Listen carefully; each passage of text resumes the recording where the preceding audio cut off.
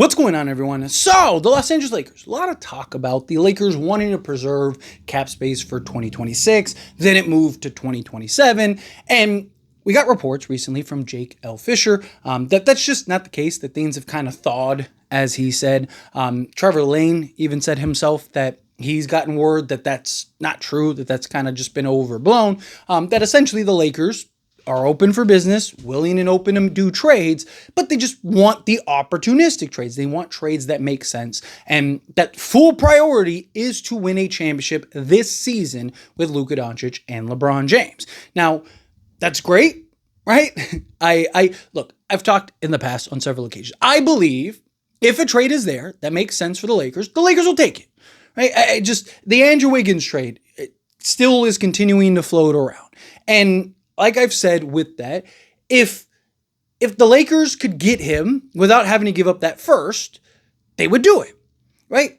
But to give up, Rui Hachimura, Dalton Connect, a first round pick, plus, potentially have to find another third team now, because you got to remember, fill up that roster spot now, the 14th spot, and you got to clear salary dollars. It's too many hurdles. It doesn't make sense if you're the Lakers. And then on top of that, you're going to, give up assets in order to do that. Right? When Miami had to just give up an asset, a second round pick, just to get off of, Highsmith, right? So again, we're seeing how valuable those expiring contracts and things are. And there's a lot of talks that hey, Miami, they're going to end up clearing the deck here a little bit. They want to reset and retool, particularly for the 2026 season, to try to lure guys, like an Austin Reeves or LeBron James or, James Harden or somebody like that they can bring in and kind of incentivize and pay them in order to come. Right? There's not really the free agents next season, like star free agents, right? There's a bunch of really good role players and depth pieces and stuff. But if you're looking for a star, it's why I've said, the whole, why in the world would the Lakers want to get rid of LeBron after this season? There isn't anybody to replace him. And it's not even you'll never replace LeBron thing. There's literally no one close. The only guy that was at a moment available to pair alongside Luka Doncic was Jaren Jackson Jr. And then he signed the new extension. And then, again, go look at all the free agents. It's LeBron James is the best free agent. And then there's guys like James Harden who don't make sense, right? Trae Young that doesn't make any sense. Nobody that's available next offseason make any sense for the Lakers. So if you're the Lakers, you're hoping LeBron stays at least another season. Yes, in 2027, if Giannis wants to come, if Jokic wants to come, if they actually hit free agency, which I don't really think is going to happen. But even if they do hit free agency, right? The Lakers, they're yes, then at that point it's hey, LeBron, we love you. Thanks for what you did, but we got to do what's best and in the best interest of the team. Sure, that makes sense. But I've talked about, the 2026 and 2027 cap space, and look, I'm not an insider, right? Trevor Lane said he spoke to people. I'm not one of those guys, right? I'm not one of those people that talks, that, people call in, or I can call somebody, hey, wait, what about this?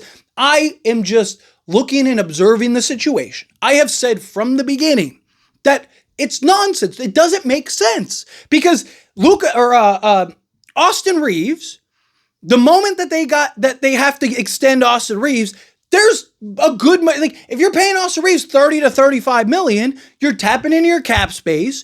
And then if DeAndre Ayton's really good for you, what, you're just going to let him walk? No, you're going to sign him to a new contract. So let's say you give Austin Reeves 30 million, right? Let's say best case scenario, he takes 30 million on the dot. And then you get DeAndre Ayton for 20 million.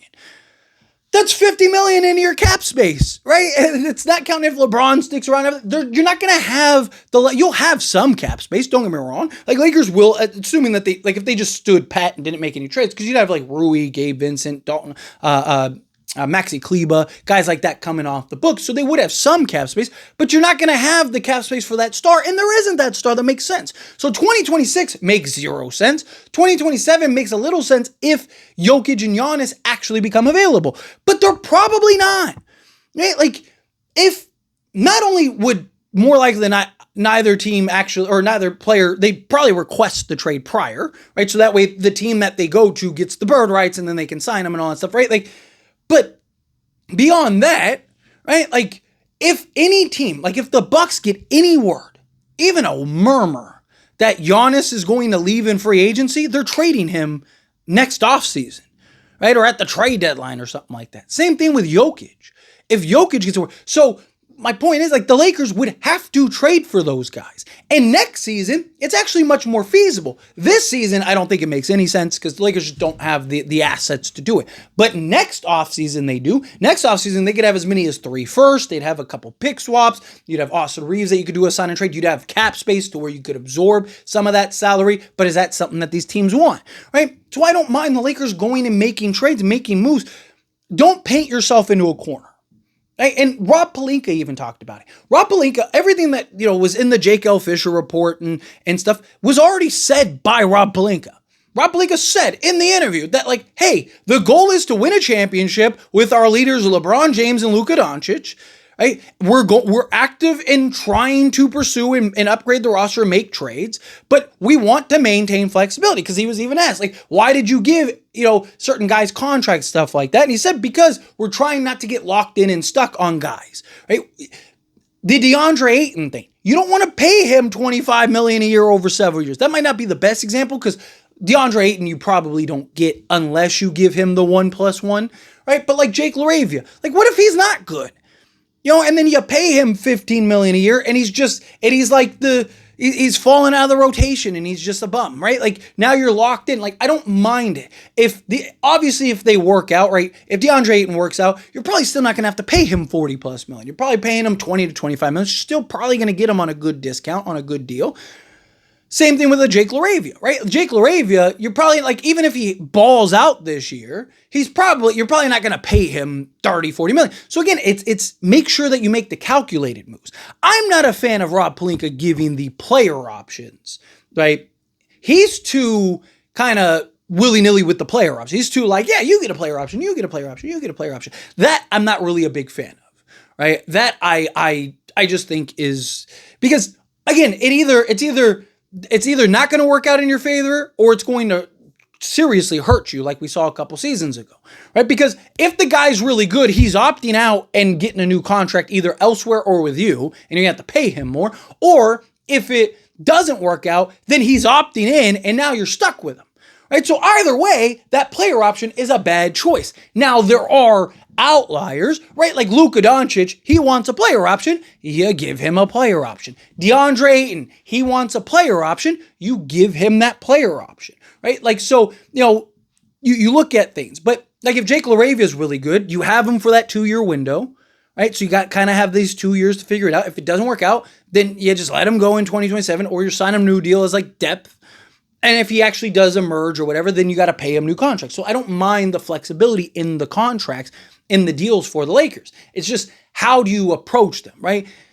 You got to be more selective, right? You shouldn't be giving Jackson Hayes and all these vet minimum guys. Like, you shouldn't have to give vet minimum guys player options unless they're like circumstantial. Somebody like a DeAnthony Melton, who's just kind of like, it's just a weird situation. He's coming off an injury, kind of needs a prove it deal, right? He's probably never going to sign that, and there's teams that would give him that player option. So you kind of have a choice. You don't have a choice, right? There's certain outlier scenarios where you need to do that. But this whole, Lakers preserving cap space and all that other stuff, and it doesn't make sense. Because again, you're either going to have to trade for one of those stars, or you're not going to land them. Because if Giannis gets traded next offseason, he's probably signing an extension to where he gets traded. Because a team isn't going to trade for him unless they know that. Same thing with Jokic, right? If Jokic doesn't accept his option next season and get the extension, not the option, but the extension, right? If he doesn't take the extension, then yes, I think that's a really good chance. But again, is Denver going to wait around for him to just go sign with the Lakers? And look, I've said it before. Maybe the Lakers already know. It's very possible. They can't come out and say it, right? They can't be like, oh yeah, we know Jokic is coming. That would be a no-no. That would be tampering. That is bad, and that never happens in this league. Ever.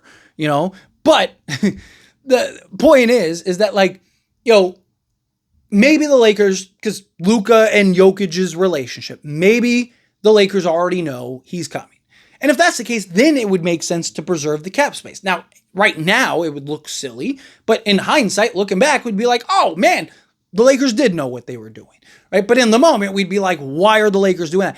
But like I've said from the beginning, I don't want to see the Lakers pass up opportunities on maybes.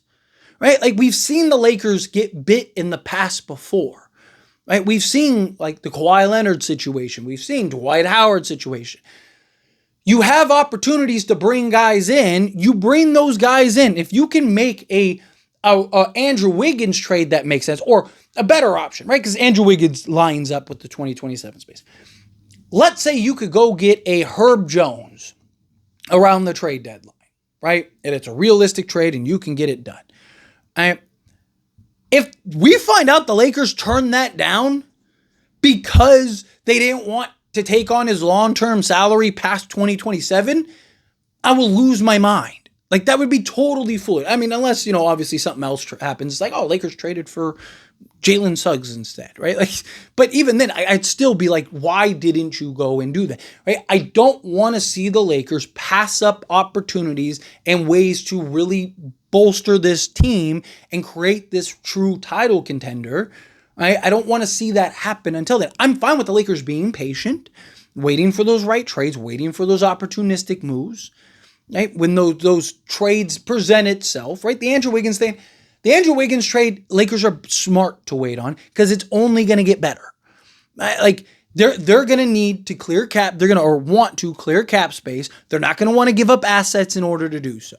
So you're not going to have like an insane amount of competition. And so not only do you need to find somebody that has the expiring contracts to take on Andrew Wiggins, which there are teams that can, but you have to also find a team that is willing to, not get assets in return, because usually they want to salary them. The teams that have the cap space in order to do that want to salary them, or they want to preserve, like the Clippers case, they want to preserve long-term salary, right, or cap space, so that way they can bring in guys and retool and revamp this roster next season.